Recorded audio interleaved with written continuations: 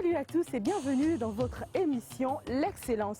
Comme vous le savez, notre émission a pour objectif de dénicher les talents, de vous présenter les valeurs humaines et de vous présenter ceux qui excellent dans différents domaines. Aujourd'hui, L'Excellence vous emmène dans l'univers de la littérature. Nous allons vous parler d'une structure qui fait la promotion de la littérature, donc des écrivains congolais, de la diaspora et ceux résidant au Congo. Il s'agit donc de la librairie Galerie Congo. Nous allons nous entretenir ce soir avec le directeur général de cette structure, mais également un écrivain et nos jeunes écrivains en herbe qui ont pris part, bien évidemment, au Salon du Livre qui s'est déroulé dernièrement à Paris. Notre émission va se dérouler donc dans le penthouse de l'hôtel Radisson Blu. Venez avec moi.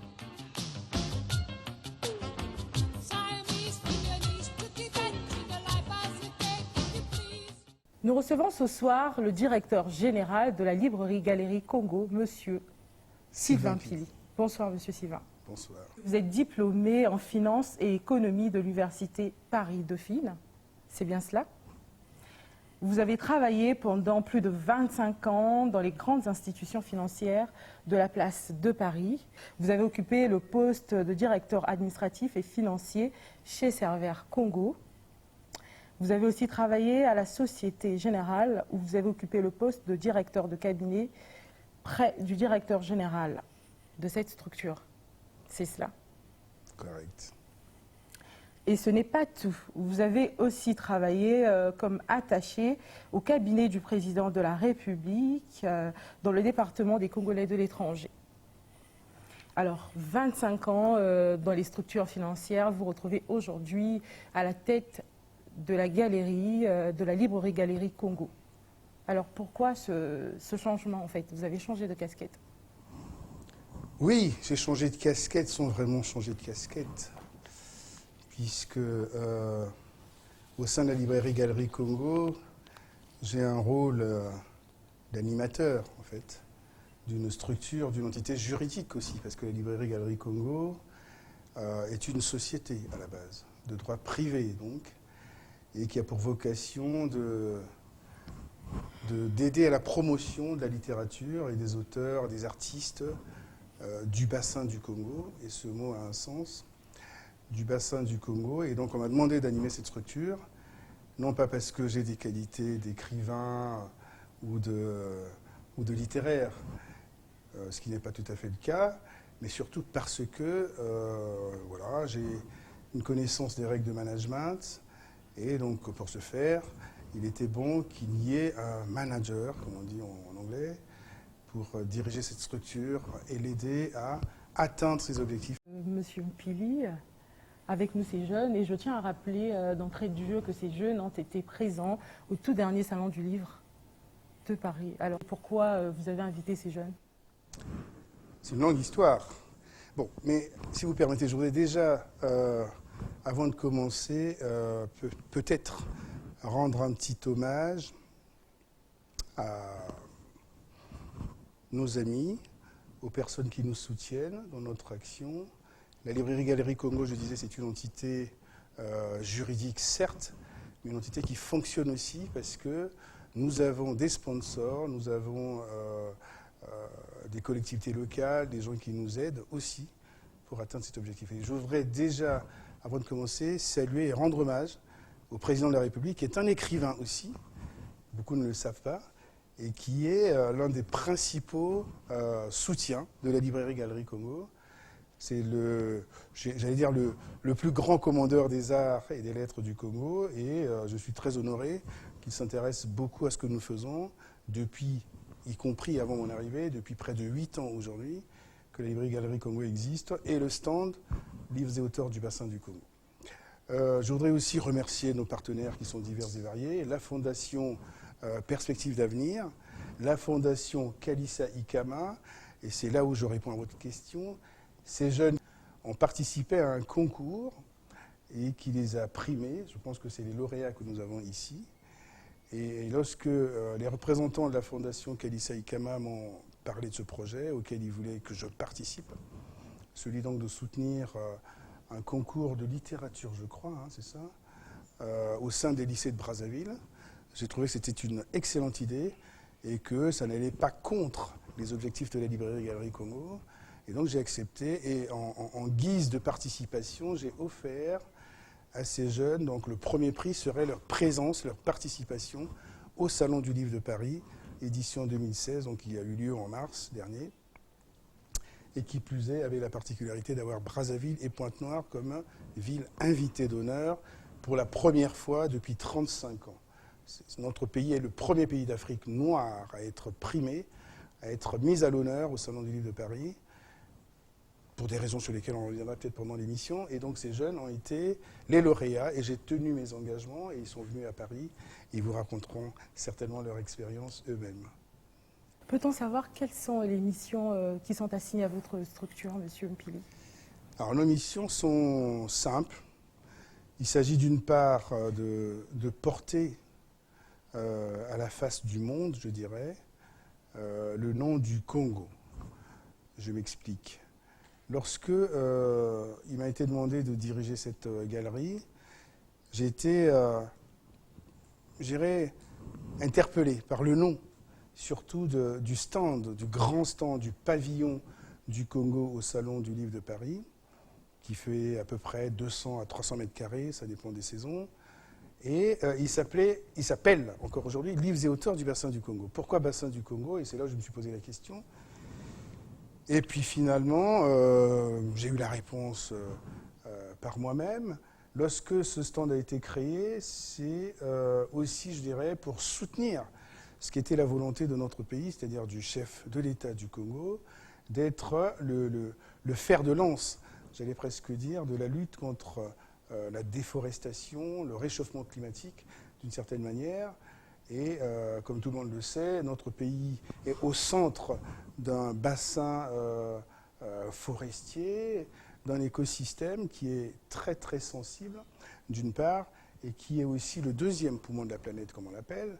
Et donc il faut préserver. Et le président Sassou s'est porté comme le fer de lance, je disais tout à l'heure, de ce combat à travers le monde. Et nous avons voulu répliquer ce combat en conservant ce nom, Bassin du Congo, qui, outre le fait que dans Bassin du Congo, on a le nom Congo, donc notre pays qui est toujours porté au nu, mais aussi parce qu'il y a une cause environnementale, planétaire, à laquelle nous souhaitons aussi participer, sensibiliser les jeunes.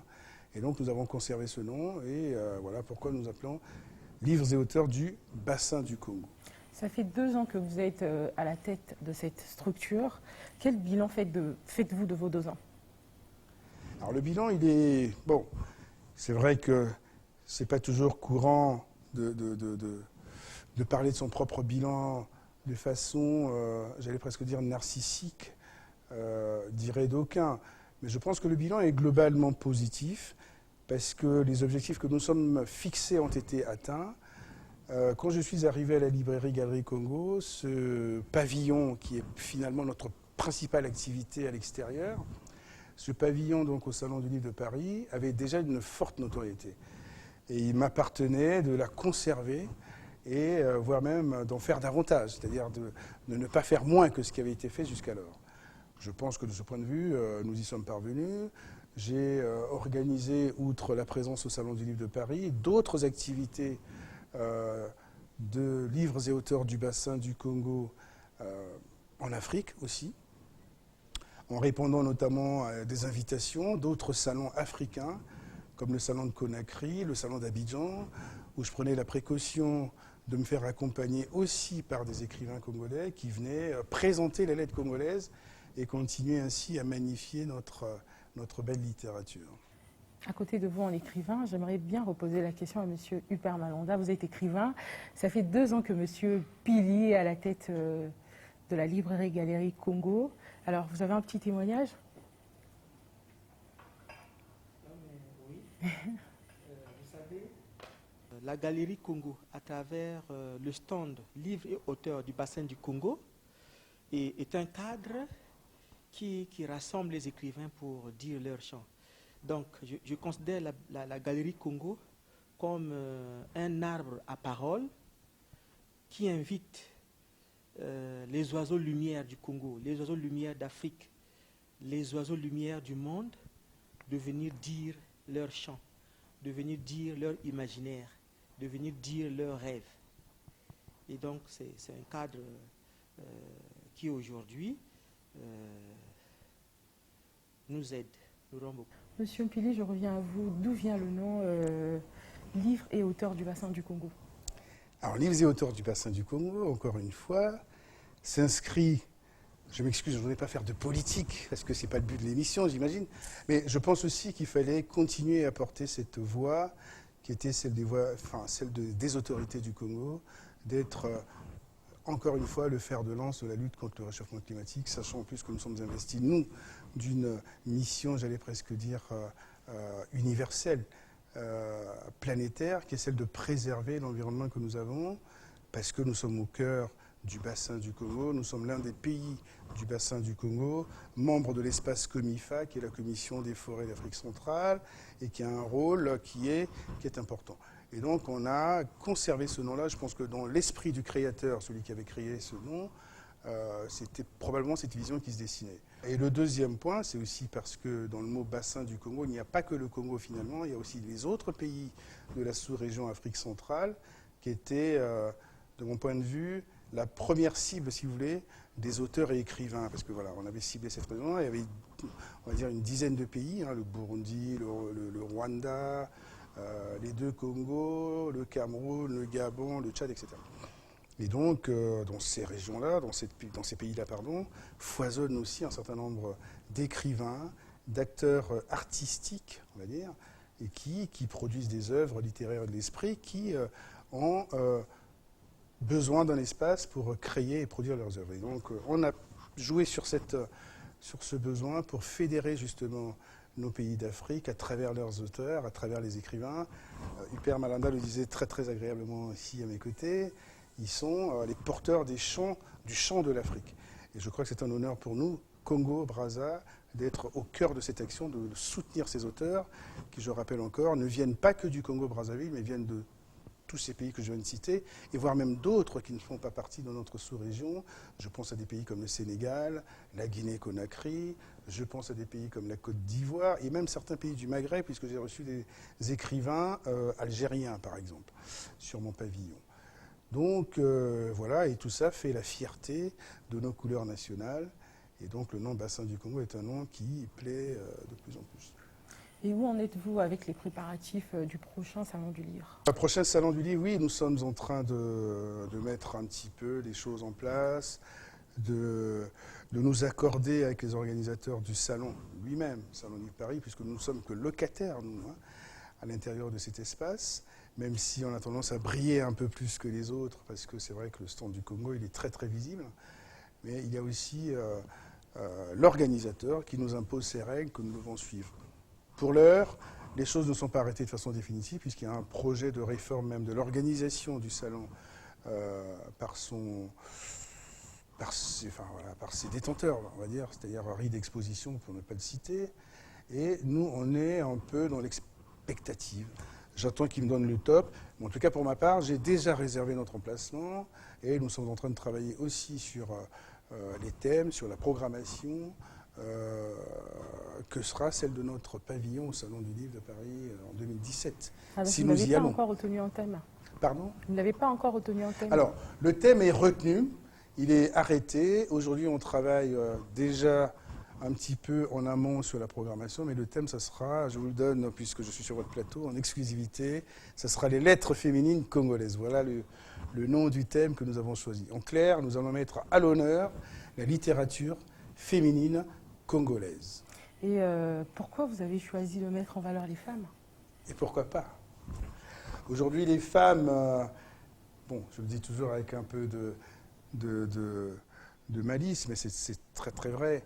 Elles sont 1,5 fois plus nombreuses que nous, déjà d'une part, et je considère que il n'y a peut-être pas beaucoup ou assez de femmes encore qui sont représentées, non pas qu'elles soient dénuées de talent, mais parce que la part a toujours été faite, la part belle en tout cas, a toujours été faite aux hommes, et je voudrais peut-être réparer à ma modeste dimension ce petit écart. Alors, en parlant toujours des préparatifs du Salon du Livre, vous avez rencontré la présidente de l'association des plasticiennes du Congo à Pointe-Noire. Et peut-on savoir les raisons qui vous ont motivé à rentrer en contact avec elle? Alors les raisons sont, c'est des raisons simples qui participent, je dirais, à l'objet de la librairie Galerie Congo, c'est-à-dire à ma mission aussi, en tant que promoteur des arts et des lettres de la diaspora congolaise, mais aussi des Congolais de l'intérieur. Donc je suis allé la voir pour la rencontrer, par curiosité déjà d'une part, mais aussi surtout pour échanger avec elle sur une éventuelle participation, non pas au Salon du Livre, comme vous disiez, mais participation à une exposition qui est en train d'être organisée par la Maison de l'Afrique à Paris et qui m'ont proposé donc un partenariat.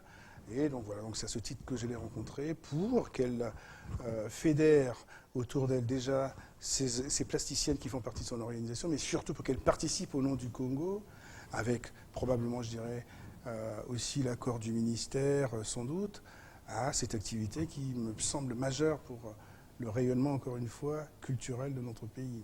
Vous êtes également rendu au parc national de Conquati de l'île. Est-ce pour inviter les écrivains du parc? J'ai dit ça pour rigoler. Inviter les écrivains du parc.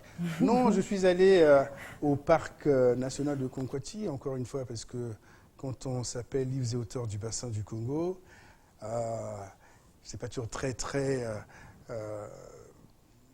bien de dire j'ai jamais mis les pieds dans un parc. Bon, ça c'est la première raison. Mais la deuxième aussi, c'est aussi par curiosité. Je voulais voir à quoi ressemblaient nos parcs nationaux. Je suis un amoureux de la nature. Je suis un amoureux de la préservation de nos espèces, on le disait encore tout à l'heure. Nos parcs regorgent de grands mammifères comme des gorilles, les éléphants, etc., qu'il faut préserver, qui sont extrêmement menacés.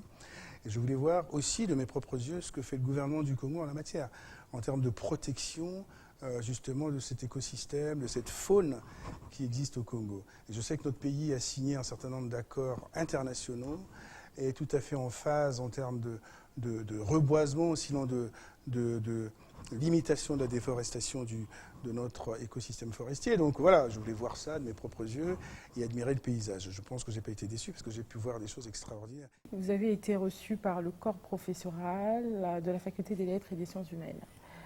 Quel était l'objet de cette rencontre? Oui, j'ai été contacté effectivement par un éminent professeur de littérature, professeur Omer Massoumou, qui m'a fait l'honneur de m'appeler pour voir comment on pouvait organiser une petite réunion autour de la préparation du Salon du Livre avec quelques professeurs de l'université Marien-Ngouabi, professeurs en charge de cours, de parcours, c'est comme ça qu'ils les appellent, littéraires donc à l'université Marien-Ngouabi. Et j'ai accepté évidemment l'invitation puisque le but était aussi de faire la connaissance de ces grands cerveaux qui préparent justement nos chers écrivains, que ce soit les plus jeunes ou les moins jeunes. Et d'ailleurs, la plupart ont souvent fait leurs études à l'université Marien-Ngouabi avant de se lancer dans la littérature. Donc j'ai accepté l'invitation et nous avons échangé sur ce thème du prochain Salon du Livre et aussi sur des projets futurs de coopération entre la librairie Galerie Congo en tant que librairie, donc potentiellement réceptionnaire ou dépositaire d'œuvres littéraires diverses, de divers auteurs qui viennent chez nous, mais aussi probablement pour faire un retour vers l'université, donc de ces œuvres, de ces auteurs, organiser peut-être, pourquoi pas, des colloques avec des auteurs avec l'université Marien-Ngouabi ou en partenariat avec l'université Marien-Ngouabi pour que l'échange soit bénéfique à tous. Bénéfique à tous, surtout aux plus jeunes, puisque le but de la librairie Galerie Congo, c'est pas seulement d'être brillant au Salon du Livre de Paris, mais aussi surtout de revenir vers l'intérieur, c'est-à-dire vers le Congo, montrer les atouts de la littérature, favoriser la lecture, aider les jeunes à découvrir la littérature et la lecture, et voir pourquoi pas susciter de nouvelles vocations. En tous les cas, la lecture pour moi est fondamentale pour le développement. Sans littérature, sans culture, on ne peut pas avancer. Et aujourd'hui, moi, mon combat, c'est celui-là. C'est de montrer aussi qu'à travers la littérature, à travers les livres, on peut acquérir de la connaissance et puis, voilà, participer au développement du Congo, chacun à sa dimension. Voilà la finalité, je dirais, de la mission qui m'a été confiée, c'est celle de promouvoir la lecture, lutter contre l'illettrisme, lutter contre l'analphabétisme, tout simplement. Quels sont les enjeux de l'édition, en fait, du Salon du Livre qui se pointe à l'horizon? selon vous, les enjeux?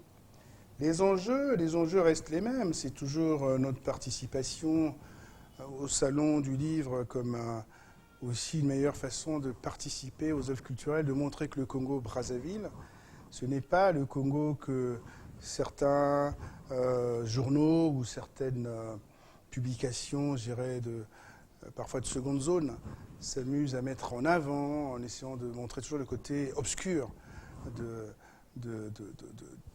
Congo. Je pense qu'au Congo, on fait des tas de choses merveilleuses et qu'il faut les montrer à la face du monde.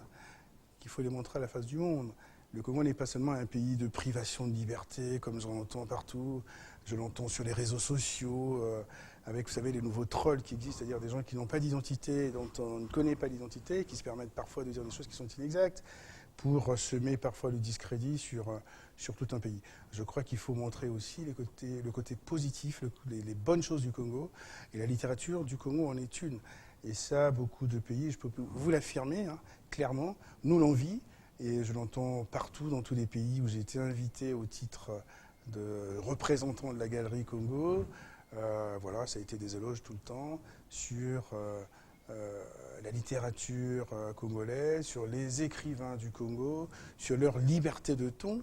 Et quelqu'un disait même qu'au Congo-Brazzaville, il n'y a aucun écrivain en prison. Donc les Congolais s'expriment tout à fait librement et je pense que ça c'est un enjeu fort de montrer au monde qu'au Congo nous sommes dans un pays de liberté. Comment la librairie Congo entend-elle aider les jeunes futurs écrivains à éclore?